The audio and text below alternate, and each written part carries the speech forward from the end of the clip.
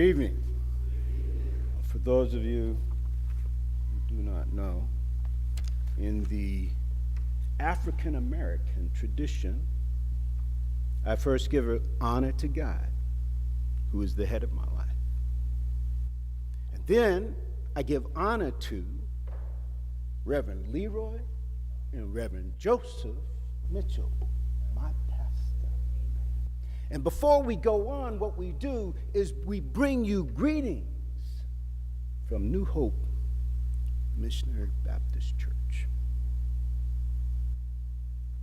I am honored to represent the words and spirit of the late Dr. Martin Luther King Jr., but as I do, I'm going to ask you to bear with me. You see, I come from a long line of ministers. Half my cousins, my uncle, and my grandfather have ministered in the poorest places in this country. My brother and my sister have not only ministered here, but they ministered abroad. Now, the reason I ask you to tarry with me is because while I have the DNA and the heritage, I don't have the practice of preaching or teaching or talking. So I ask that you bear with me. Now, another example of that is that tonight's theme is building the beloved community. And if you look in your bulletin's going to tell you that I'm going to talk from I Have a Dream. Well, folks, guess what?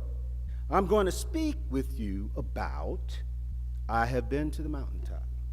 Because when I think of the beloved community, when I think of building a beloved community, there are some things that King tells us, and I've been to the mountaintop, that are relevant today. Now, for those of you that do not know, King delivered these words on the eve of his assassination. Dr. Reverend Martin Luther King was killed the day after he shared these words with you. So in some sense, those words are his last testament. And I believe if we look closely at that context, those words, we'll begin to understand why.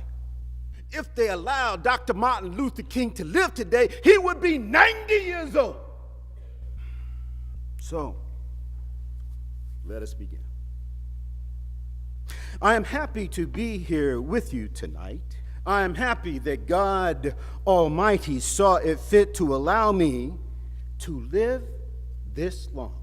Just a few days in the second half of the 20th century.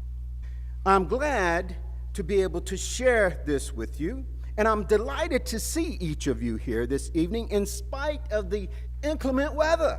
You see, being present, you are revealing that you are determined to go on anyhow. Now, one of the things that we will have to do is always anchor our external direct action with the power of economics. Now, we are poor people. Individually, compared to white people in America, we are poor. According to an article in the New York Times printed in September 2017, white families have $20 for every dollar a black family has. So we want to anchor our external direct action in economics. Now, we don't have to argue with anybody. We don't have to curse and go around acting bad with our words. What we need to do is strengthen black institutions. So I call upon you to take your money out of the bank and move it to GN Bank in Chicago. Now, why might you do that? Because GN Bank in Chicago is the last remaining black-owned bank in Chicago in 2019. I would also ask that what you do, in addition to putting your money there, that you buy your insurance at black-owned insurance company. Now, back in the day when King was with us, there were 6 or 7 black-owned insurance companies in the South. Now, according to blackenterprise.com, in 2004, there were at least 42 insurance institutions in this country owned by black folk. So take your insurance out there. If we spend one dime instead of a nickel out of every dollar we have at black businesses like Common Grounds in DeKalb, Betty Jean's and Sean's in Sycamore, we will be able to transform our communities. Now, what does that mean? That means one of those luncheons that you have every month, instead of doing it where you are, take it over to Betty Jean's. Now, we ain't asking you for 12. Do it at a black-owned business. Just 1 out of 10. When you're doing your catering that you do throughout the year, do it at a black-owned business. These are some practical things that we can do. We put more of our effort toward building a greater economic base. Now, let me say, as I move to my conclusion, that we've got to give ourselves to this struggle until the end. And let me also say that there is nothing more tragic than to stop. We've got to see it through. So let us develop a kind of dangerous unselfishness. You see, one day a man came to Jesus and he wanted to raise some questions about some vital matters of life. He wanted to trip Jesus up, and so asked Jesus, "Who is my neighbor?" That question could have easily ended up as a philosophical or theological debate, but Jesus immediately pulled the question from midair and placed it on a dangerous curve between Jerusalem and Jericho. And he talked about a certain man, a man who fell among thieves. Now, you remember that a Levite and a priest passed by on the other side. They didn't stop to help him. But finally, a man from another race came by. He got down off of his beast, not to be compassionate by proxy, but he got down with him, administered first aid, and helped the man in need. Now, Jesus ended up saying that this was a good man. This was a great man. This was a great man because he had the capacity to project the I into thou and to be concerned about his brother. Now, you know, we can use our imagination a great deal to try to determine why it is that the priest and the Levite didn't stop. You see, at times what we'll say is they were busy going to a church meeting, an ecclesiastical gathering, and that they had to get on down to Jerusalem so that they wouldn't be late for their meeting. At other times, we might speculate that there is a religious law or social custom that prevents them from reaching out to a man of a different race. And even now and then, when we begin to wonder whether maybe they were not going down to Jerusalem or possibly to Jericho, but rather organizing a Jericho Road Improvement Association. Now that is a possibility. Now maybe they felt that it was better to deal with the problem from the causal root rather than get bogged down with an individual effort. But I'm going to tell you what my imagination tells me. Now you see, it is possible that those men were afraid. Now you see, the Jericho Road is a dangerous road. It is a winding, meandering road. It's really conducive for ambushing. Now you start out in Jerusalem, which is about 1,200 feet above sea level, and by the time you get down to Jericho, you're about 2,200 feet below sea level. Now that's a dangerous road, and in the days of Jesus, it came to be known as the Bloody Pass. And you know, it is possible that the priest and the Levite looked over at the man on the ground and wondered if the robbers were still around. They may have even wondered whether the man was merely faking so that he was acting like he had been robbed and hurt so that he might seize their money. And so the first question that the priest and the Levite asked is, if I stop to help this man, what will happen to me? But when the Good Samaritan came by, he reversed the question. He said, if I do not stop to help this man, what will happen to him? Now you see, that's the question before you tonight. It is not if I stop to help what will happen in my job. It is not if I stop to help, how will I get everything else done I got to get done at home.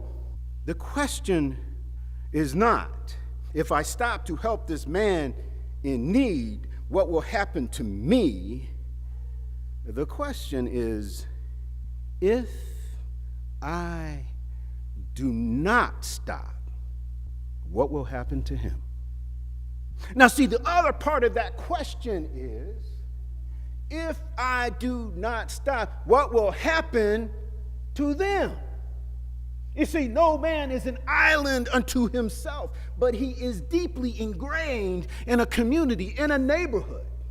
So when we stop and help another brother or sister, we're not just helping that person.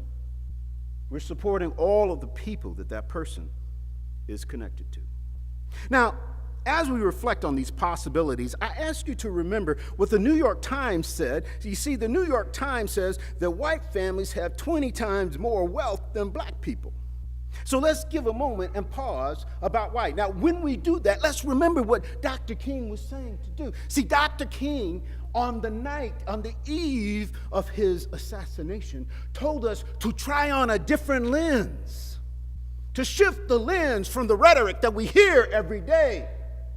Try on a different lens. So tonight, let us use the lens of physics and ask yourself the question, how does anybody get 20 times more something than somebody else?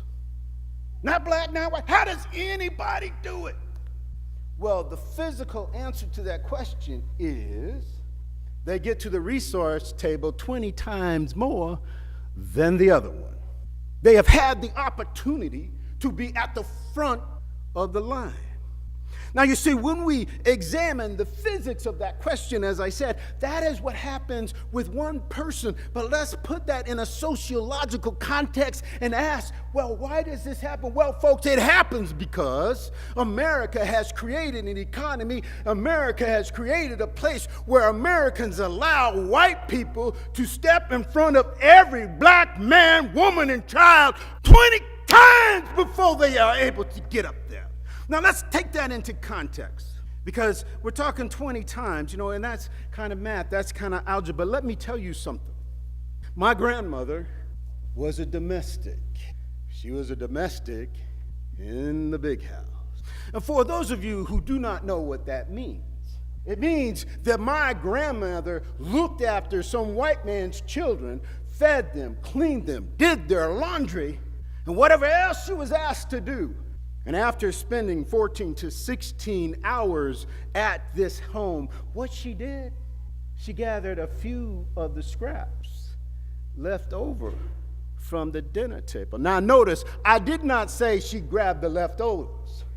She would have gotten in trouble if she grabbed the leftovers. What she did is she grabbed a few of the scraps. She took those home to feed my father, my uncle, and his sister.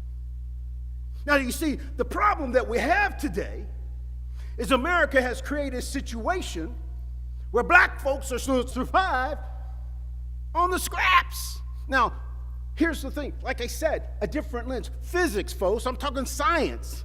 And I'm not talking about sociological things. I'm talking what are the physics of it takes to be able to do that. You got to get there 20 times more. In our society, you have to allow other people to go 20 times more in order to do it.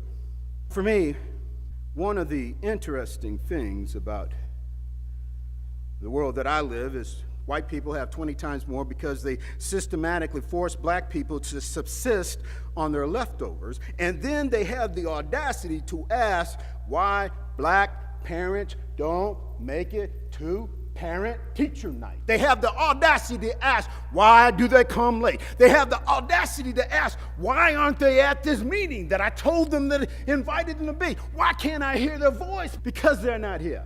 Part of the answer, and I'm not saying it's the only answer, but I am saying that part of the answer is that we have left the scraps to the black man and woman, and we have done it systematically.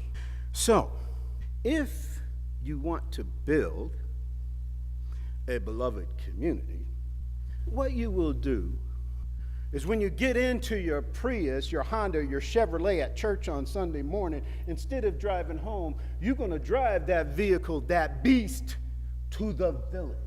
You're not only going to drive that beast to the village, you're going to not just visit, but you're going to commune with the people that live there. You're not going to do compassion by proxy, throwing money at the situation. You're going to take your heart, your soul, your very being to those people. Because you see, it isn't just the money that was the resources, folks. Last year, I had an opportunity to go to Uganda, and one of the fascinating things for me is to see what a colonized African country was like versus what it's like here. And one of the things you see there is the white man taught them policy and procedure. Now, I taught them policy and procedure because there were too many black folks and they wanted to make some money. But you see, in this country, we don't teach our folks policy and procedure. You see, what you have is a function of where you grew up. Much of what you do has to do with that poem that says, children learn what they live. There's so much that you know, that you do just secondhand because you saw it done. And what I'm telling you, it's people like me, people in the village, we don't have that experience. We got to figure it out on our own. Because it isn't the coffers of money, but rather the coffers of information, the coffers of knowledge, the coffers of connection that we have also denied the black man in America. And what I'm here to say to you tonight is that when you take your car to the village and you commune for a while, and I mean a long while, when you position yourself to listen instead of tell them, when you hear them and break some bread and you begin to understand what some of their challenges are, and you choose to walk beside them and to clear the road so they may be able to walk. When you have done that for a period of time, you will begin to hear the faint sounds of freedom ringing from your church to the village.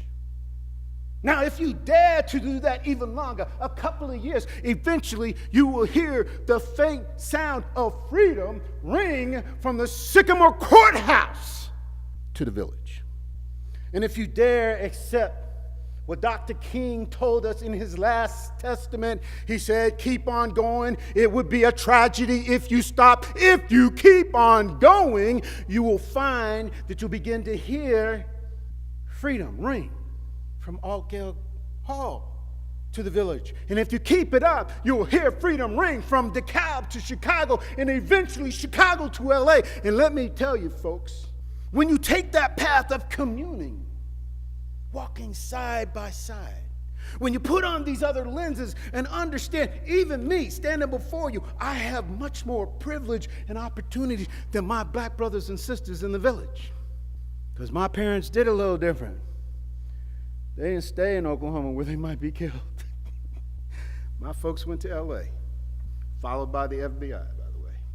But let me not get astray there, because the point is that when you commune with us for a while, not share your money, but share your heart, share your prayers, share the processes that you do, we will not only hear freedom ring.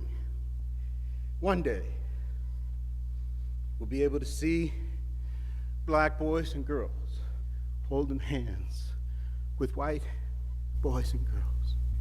And at that time, they will be able to say, free at last. Free at last. Thank God Almighty, we're free at last.